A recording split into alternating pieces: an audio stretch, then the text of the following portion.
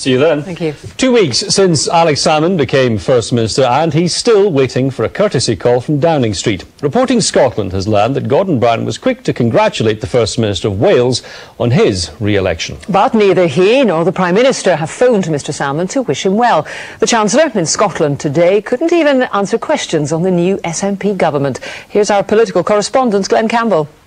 Pretty impressive here, isn't it?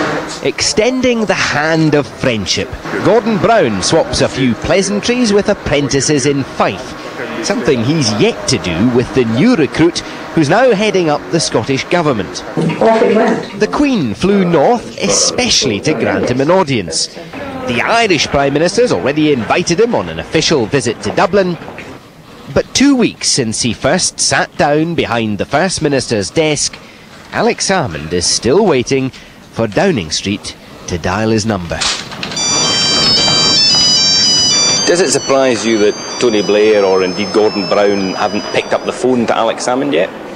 No, not really. I mean, I don't think Tony Blair has got a great deal of respect for Alex Salmond as the First Minister. Perhaps there's some room for magnanimity here.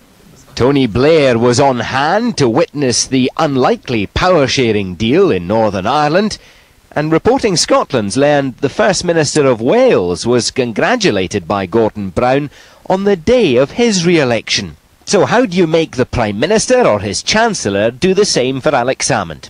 Smack them both very hard, being totally, completely politically incorrect, because I think it's ridiculous that Gordon Brown hasn't just lifted the phone and say, well, we've been opponents in the past, but we've now got to get on with it. Can this work? It has to work.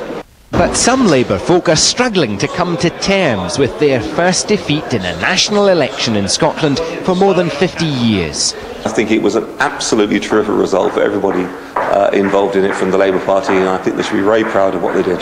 You'd think they'd won. In reality, Labour's lost its grip on Holyrood. How are you going to deal with the new SNP government at Holyrood? Then a slightly different approach. How are this company's prospects changed by the new administration at Holyrood? I think the important thing about this company is it's had the benefit of investment from the British government. Then one last go. How are you going to deal with this new SNP government? The Prime Minister in waiting doesn't want to talk about the nationalists who are now running the Scottish executive. But ignoring Alex Salmond won't make him go away.